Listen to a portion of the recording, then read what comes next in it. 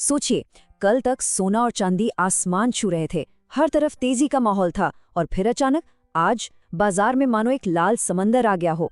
एक ही दिन में 20-30% की भारी गिरावट, सब कुछ तहस नहस। तो सवाल ये उठता है कि आखिर ये था क्या? क्या ये सिर्फ एक बुलबुला था जिसे एक दिन फूटना ही था, या इसके पीछे कोई बड़ी साजिश थी, कोई हेरफेर, या फिर ये पूरा मामला एक ग्लोबल पावर गेम का हिस्सा था? आज हम इसी गुत्थी को सुलझाएंगे। हम इसे तारीखवार, डेटावार और लॉजिकवार समझेंगे कि सोने और चांदी में इतने बड़ी तेजी क्यों आई और फिर वो ताश के पत्तों की तरह क्यों ढह गई। देखिए, ये कहानी सिर्फ कीमतों की नहीं है, ये कहानी है इंसानी मनोविज्ञान की, बदलती हुई ग्लोबल इकोनॉमी की और असली ताकत के खेल की। तो चलिए कहानी की शुरुआत से शुरू करते हैं, उस बड़ी रैली से। वो कौन सी चिंगारियां थी जिन्होंने मिलकर 2024 और 2025 में इतनी बड़ी आग लगा दी थी? देखिए, ये जो रैली थी ना, ये किसी एक वजह से नहीं आई। इसके पीछे 4 मजबूत पिलर्स थे जो एक साथ काम कर रहे थे। पहला, दुनिया भर के सेंट्रल बैंक्स सोने की जबरदस्त खरीदारी कर रहे थे। दूसरा, लोगों में महंगाई का डर बढ़ रहा था। तीसरा, ETFs में रिकॉर्ड तोड़ पैसा आ रहा था। और चौथा, चांदी की इंडस्ट्रियल डिमांड में एक ऐसा उछाल आया जो पहले कभी नहीं देखा गया था। एक बात समझिए, जब दुनिया भर की सरकारें सोना खरीदना शुरू करती हैं तो ये सिर्फ एक इन्वेस्टमेंट नहीं होता, ये बाजार के लिए एक बहुत बड़ा सिग्नल होता है। ये एक तरह का ऐलान है कि उन्हें अपनी कागजी करेंसी पर अब पूरा भरोसा नहीं रहा। और यहीं पर एंट्री होती है ETFs की, यानी एक्सचेंज ट्रेडेड फंड। अब ये क्या है? एकदम आसान भाषा में ये एक ऐसा तरीका है जिससे कोई भी इंसान बिना फिजिकल सोना खरीदे सोने में पैसा लगा सकता है। मतलब बस एक क्लिक से आप सोने के मालिक बन गए।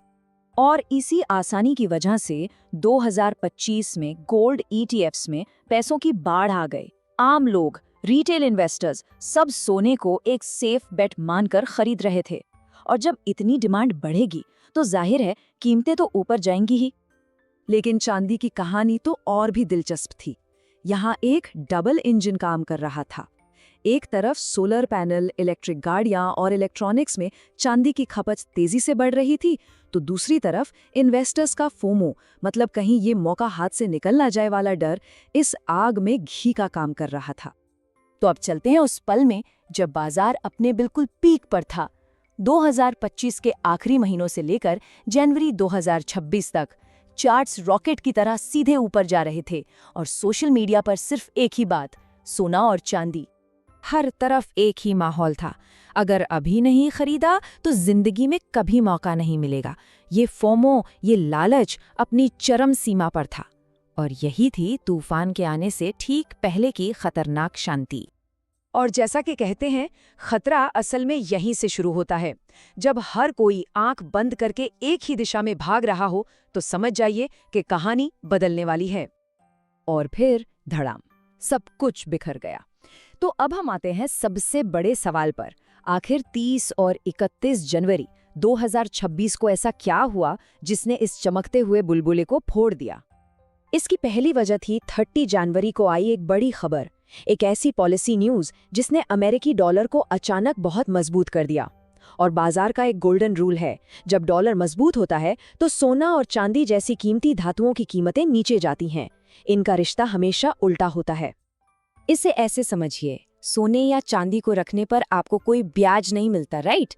तो जब बाजार में ये उम्मीद जगती है कि इंटरेस्ट रेट्स बढ़ने वाले हैं तो सरकारी बॉन्ड्स ज़्यादा आकर्षक हो जाते हैं।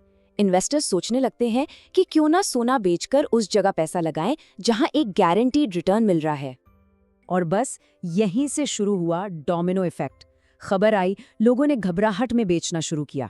इससे एक्सचेंजों ने मार्जिन कॉल्स जारी कर दिए। मतलब जिन लोगों ने उधार लेकर पैसा लगाया था, उन्हें अपने घाटे को पूरा करने के लिए अपनी होल्डिंग्स जबरदस्ती बेचनी पड़ी। और इस फोर्स्ड सेलिंग ने एक ऐसी लहर पैदा की जिसने गिरावट को एक फ्री फॉल में बदल दिया। लेकिन ये कहानी सिर्फ डॉलर और इंटरेस्ट रेट्स की नहीं है, ये कहानी है इंसानी भावनाओं के खेल की, यानी साइकोलॉजी की। ये एक कड़वा सच है जिसे हमें मानना होगा। बाजार लॉजिक से कम और भावनाओं से ज्यादा चलता है। सिर्फ दो भावनाएं हैं जो इस पूरे चक्र को चलाती हैं, लालच और डर।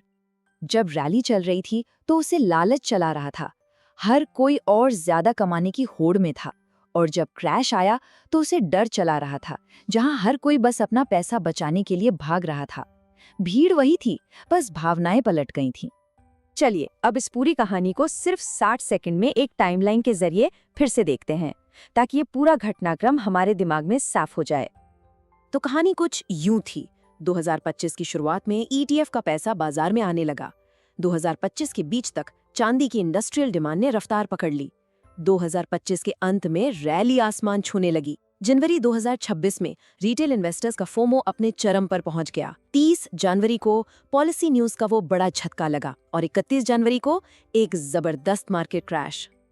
तो अब सबसे बड़ा सवाल, आगे क्या? भविष्य में क्या हो सकता है?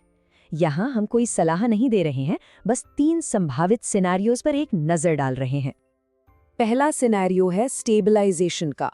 अगर सेंट्रल बैंक खरीदारी जारी रखते हैं तो कीमतें एक सपोर्ट लेवल पर आकर रुक सकती हैं।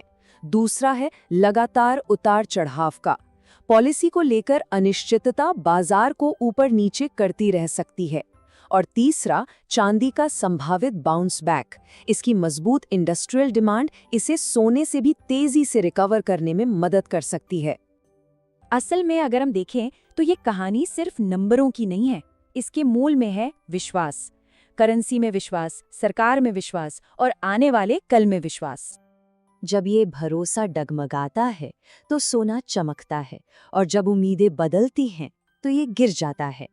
क्योंकि एक बात हमेशा याद रखनी चाहिए, बाजार कभी स्थायी नहीं होता, पर इंसानी भावनाएं वो हमेशा स्थायी होती हैं।